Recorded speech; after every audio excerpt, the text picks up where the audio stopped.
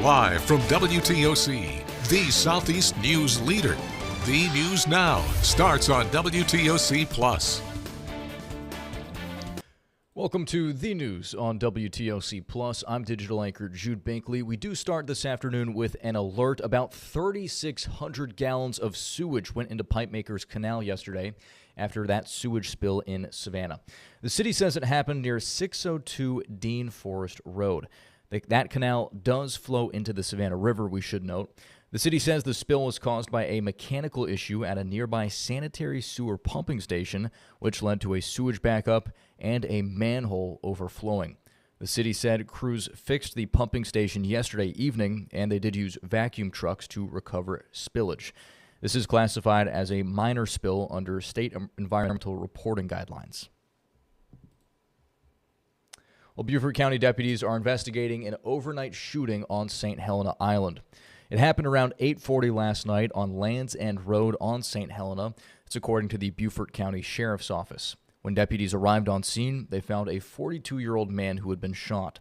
He was taken to a hospital to be treated. No word yet on his condition. Now, the shooting is under investigation, and anyone with information is asked to call Sergeant Liddy at that number on your screen, 843-255-3294.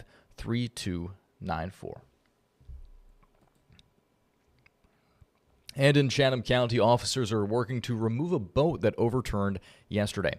It happened in the Moon River Skidaway River area near Burnside Island. The boat's operator was rescued, taken to a hospital, and has returned back home. Now, CCPD has told the U.S. Coast Guard, who are marking the area, so boaters can be aware as they approach. Well, we continue to follow this story. The search continues for the man who used acid to attack a woman who was walking in Forsyth Park last week. A community walk took place last night at the park to show support for Ashley Wazliski as she recovers. Ashley has spent much of the last week in surgeries after she was walking around the park when a man threw acid on her, burning more than half of her body earlier this month. Community members came to the scene to say they want to reclaim that park from crime. We thought we could bring the community together and show Ashley that we're here for her, but also, we want to live our lives and take back the park, basically. And 9 Line Apparel is donating $25,000 to anyone who can help police identify and convict the person responsible. Their CEO, Tyler Merritt, said anyone with information can contact Savannah Police. Collins Quarter has also announced a reward for information. With other community donations, that reward has now reached $22,000 for information leading to an arrest. The FBI has also issued a $5,000 reward. Turning now to state news, the father of the accused Appalachia High School shooter faced a judge this morning. This was the final motions hearing ahead of the trial, which is set to begin in February. Colin Gray is accused of giving his son, 14-year-old Colt Gray, access to the rifle allegedly used in the shooting that killed 4 people last year. Niamani Watson with our sister station has more from the Barrow County Courthouse. During a motions hearing Thursday, prosecutors and Colin Gray's attorneys questioned witnesses about the investigation on September 4th, the day of the shooting, and an investigation from the year before. Colin's attorneys have previously argued that statements Colin gave to the Georgia Bureau of Investigation were not freely or voluntarily given. Prosecutors brought in GBI Special Agent Kelsey Ward, who interviewed Colin the day of the shooting, to testify. Did you threaten him or coerce him in any way to get him to talk to you? I did not. Ward also says Colin offered to show her his phone with text messages that he sent to and received from Colt, as well as emails about getting counseling for his son. Ward says Colin signed a consent form to seize his phone. I presented him with a consent to search form, which is a GBI document, and explained what that meant, which was that we would extract the information from his cellular device using a software program and review that information. Colin's attorneys questioned Ward, asking her what time she arrived at Colin's home and to describe the scene. Ward says there were multiple officers already at the home when she got there. When you say multiple, if you're able to estimate for me, how many law enforcement officers would have been there? I'm going to say anywhere from 10 to 20. An investigator with the Jackson County Sheriff's Office also testified about speaking with Colin in 2023 after receiving a tip from the FBI about a school shooting threat. Well, turning now to national news. On the end of the year primetime address last night, President Trump touted his accomplishments and outlined goals for the next 3 years. Olivia Rinaldi is at the White House with details. Totally failed. Now we're the hottest country anywhere in the world. In a speech to the nation Wednesday night, President Trump highlighted his achievements since returning to office. We inherited the worst border anywhere in the world, and we quickly turned it into the strongest border in the history of our country. The president painted a rosy picture of the U.S. economy under his leadership. We're poised for an economic boom, the likes of which the world has never seen. The president's remarks came ahead of new data Thursday that showed the consumer price index rose just 2.7% in November, indicating that inflation is easing. I am bringing those high prices down and bringing them down very fast. But the latest CBS News polling finds a majority of people, 76%, say their income is not keeping up with inflation. President Trump also addressed rising health care costs as those tax credits from the Affordable Care Act are set to expire at the end of this year, raising health care premiums for millions of Americans. Mr. Trump didn't offer a specific healthcare framework, but said healthcare subsidies should go to Americans and not insurers. I want the money to go directly to the people so you can buy your own health care. You'll get much better health care at a much lower price. As affordability remains a major issue ahead of next year's midterms, the president promised to unveil aggressive housing reform in the new year. Olivia Rinaldi, CBS News, the White House. Staying in national news, the House has passed a GOP-led health care bill. However, it faces an uncertain future in the Senate. The bill does not include an extension of the tax credits, meaning they will expire at the end of the year. House Speaker Mike Johnson says a vote on a 3-year extension could still happen in January. Without them, millions of Americans will see their health insurance premiums skyrocket.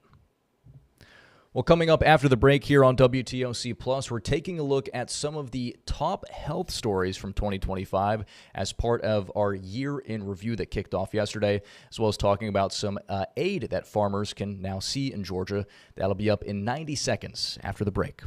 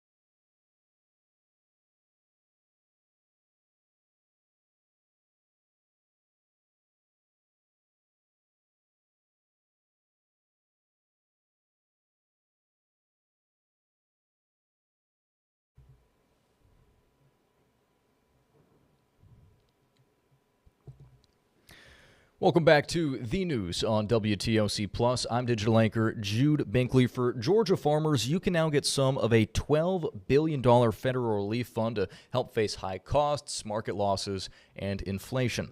Some farmers say they're still recovering from Hurricane Helene, but that's already on top of the effects of the pandemic and frost conditions. We're hearing from one farmer who says money from the government is necessary to stay in business. The problem is other countries don't have the same standards for production that we do. That means that we have to sell it for less sometimes than what we're making it for, just like we're talking about. So those subsidies are there to kind of be a gap to fill in so that we can continue to keep these things produced in America. And without them, it makes it almost impossible. Farmers who want to qualify for the Trump administration's $12 billion Farmer Bridge Assistance Program have until tomorrow at 5 p.m. to verify their acreage. If approved, payments are expected to go out by the end of February. Well, we are continuing our year in review here on WTOC Plus, where we're looking back at some of the top headlines from 2025. Today, we're taking a look at health stories where longtime vaccine skeptic Robert F. Kennedy Jr. made big and controversial impacts on the nation's public health this year as Secretary of the Department of Health and Human Services. Michael George has that, plus other medical news that made headlines in 2025. RFK Jr. reshaped the CDC's vaccine advisory panel, which then voted to limit recommendations on shots for COVID-19, influenza, MMR, chickenpox, and hepatitis B. The new CDC director says she was fired less than a month after her confirmation because she wouldn't rubber stamp the recommendations. If vaccine protections are weakened, preventable diseases will return. 280 children died from the flu last season, the highest number since 2009. Nearly 90% of those cases involved children who were not fully vaccinated. The CDC changed its website. Despite overwhelming scientific evidence that vaccines do not cause autism, an asterisk was added, stating studies have not ruled out the possibility that infant vaccines cause autism. RFK and President Trump also told the country that pregnant women should not take acetaminophen, the active ingredient in Tylenol, because it may cause autism. Don't take Tylenol. The FDA no longer required black box warnings on many menopause hormone therapy treatments. The agency also ordered food manufacturers to phase out petroleum-based food dyes. For companies that are currently using petroleum-based red dye, try watermelon juice. The U.S. Surgeon General issued a warning. Alcohol consumption is the third leading preventable cause of cancer after tobacco and obesity, increasing the risk for at least 7 cancers. Former President Joe Biden was diagnosed with stage 4 prostate cancer, and a report by the American Cancer Society found rates of prostate cancer increased after years of declines. Additional ACS findings showed an increase in cancer related to obesity, including breast, pancreas, and kidney cancers, and in people under age 50. That's certainly a topic for more research. I don't think we have a clear answer of that. The number of adults in their late 40s getting screened for colorectal cancer skyrocketed after age guidelines for screening were lowered to start at 45. A scary year for parents. Dozens of babies were hospitalized after a botulism outbreak in infant formula. A long-term analysis published in The Lancet found ultra-processed foods are fueling chronic disease worldwide. Focus on having 2 to 3 real meals a day, so whole foods, not ultra-processed foods. Researchers also found excessive screen time could be putting kids' heart health at risk, and owning a smartphone before age 12 could increase depression, obesity, and insufficient sleep. Michael George, CBS News, New York. And finally, let's end the afternoon with a little bit of good news here on WTOC Plus, because the holidays are now a little brighter for students facing homelessness in Liberty County, thanks to the school system's Board of Education. A gift giveaway took place at the Liberty County Board of Education on Broadwell Street in Hinesville yesterday. You're taking a look right now at some of those gifts. Sponsors and school staff delivered them to the families as they drove through the circle at the front of the BOE building. Event organizers say they gave out a variety of gifts to the students, some fun items and some practical items. Lots and lots of toys, because we do serve students throughout the district at all 15 schools from kindergarten to 12th grade. So it depends on the age. Some are toys and some are toiletry type things like lotion, perfume, sometimes socks, underwear, hats, things like that, clothing, jackets. You know, it just depends on the student's age and, of course, what our contributors want to give. And this is the 8th year for the Liberty County School System's Brighter Christmas event, which served 69 families with 138 students this season. And with that, we're going to wrap things up here for the news on WTOC Plus. We appreciate you spending part of your afternoon with us. We'll be back in just about 10-15 minutes for the First Alert Weather Show with Dave Turley. And then at the top of the hour, Shay Schrader will be joining us right here on WTOC Plus for a look at her new investigation. We're hearing from the former Bryan County fire chief who's alleging he was fired after bringing up safety concerns at the Hyundai plant. So we'll be previewing that investigation right here at 2 o'clock. And in the meantime, you can always head on over to our website to catch the latest stories at WTOC.com. Thanks for watching, and here's Local News Live.